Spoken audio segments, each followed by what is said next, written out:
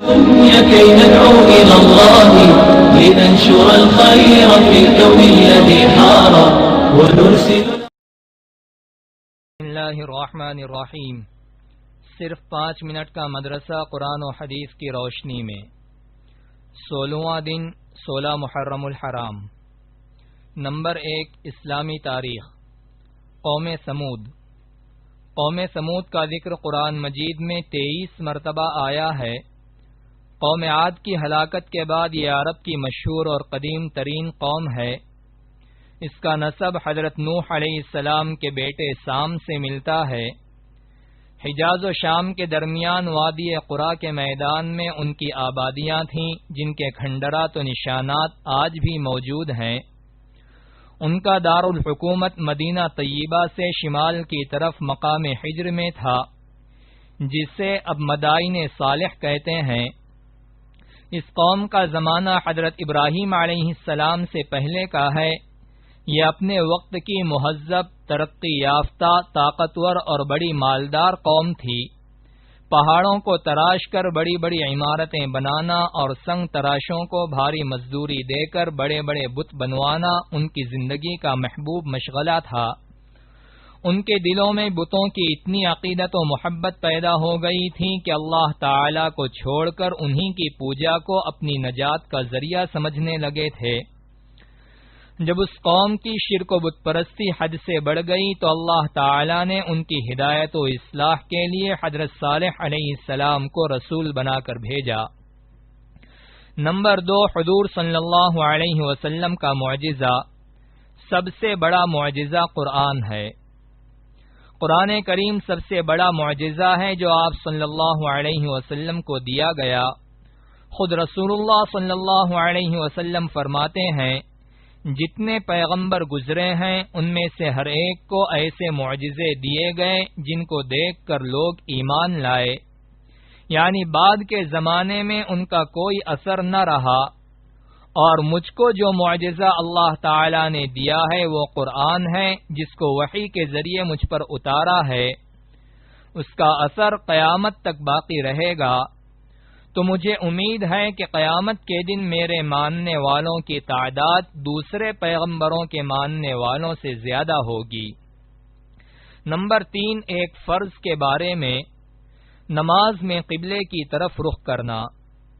قرآن میں اللہ تعالی فرماتا ہے تم جہاں کہیں بھی رہو نماز میں اپنے چہروں کو اسی بیت اللہ شریف کی طرف کیا کرو. یعنی قبلے کی طرف رخ کر کے نماز ادا کرنا فرض ہے. نمبر 4 ایک سنت کے بارے میں. شام کے وقت کی دعا. رسول اللہ صلی اللہ علیہ وسلم شام کے وقت یہ دعا پڑھتے تھے امسینا وامسی الملک للہ والحمد کلہ للہ عز وجل لا شریک لہ لا الہ الا اللہ والیہ المصیر. ترجمہ ہم نے اور پوری دنیا نے شام کی اللہ کے لیے اور تمام تعریفیں اللہ کے لیے ہیں. اس کا کوئی شریک نہیں. اللہ کے سوا کوئی معبود نہیں ہے اور اسی کی طرف لوٹنا ہے. نمبر 5 ایک اہم عمل کی فضیلت. آگ بجھانے کی دعا. رسول اللہ صلی اللہ علیہ وسلم نے فرمایا جب تم کہیں آگ لگی ہوئی دیکھو تو اللہ اکبر کہو کیونکہ اللہ اکبر کہنا اس آگ کو بجھا دیتا ہے. نمبر 6 ایک گناہ کے بارے میں. تنگی کے ڈر سے فیملی پلاننگ. قرآن میں اللہ تعالی فرماتا ہے اپنی اولاد کو تنگی کے ڈر سے قتل مت کرو. ہم ان کو بھی رزق دیں گے اور تم کو بھی. بے شک ان کا قتل کرنا بڑا گناہ ہے. خلاصہ معاشی تنگی کے ڈر سے بچوں کو مار ڈالنا یا حمل گرانا یا اور کوئی تدبیر اختیار کرنا کہ حمل ہی نہ ٹھہرے یہ سب گناہ اور حرام ہے. نمبر 7 دنیا کے بارے میں. دنیا کی چیزیں چند روزہ ہیں.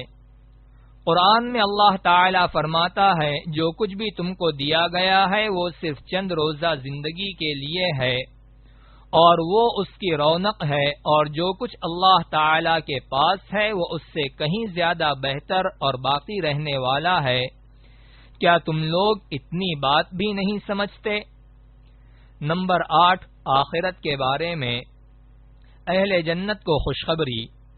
رسول اللہ صلی اللہ علیہ وسلم نے فرمایا، ایک پکارنے والا جنتیوں کو پکار کر کہے گا، تم ہمیشہ تندرست رہو گے، کبھی بیمار نہ ہوگے، تم ہمیشہ زندہ رہو گے، کبھی موت نہیں آئے گی، تم ہمیشہ جوان رہو گے، کبھی بوڑھے نہیں ہوگے، تم ہمیشہ خوشحال رہو گے، کبھی محتاج نہ ہوگے۔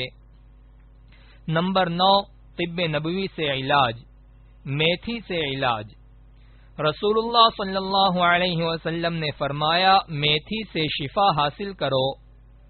فائدہ، میتھی کا جوشاندہ نزلہ زکام کو دور کرتا ہے، پرانی کھانسی، پیٹ کے پھوڑوں اور پھیپھڑے کی بیماریوں میں بہت نفع بخش ہے، سینے میں جمے ہوئے بلغم کے لیے بے حد مفید ہے اور قبض کو دور کرتا ہے۔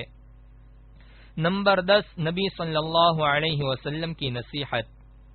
رسول اللہ صلی اللہ علیہ وسلم نے فرمایا، مشرکین کی مخالفت کرو، داڑھی بڑھاؤ اور مونچھوں کو خوب کترواؤ۔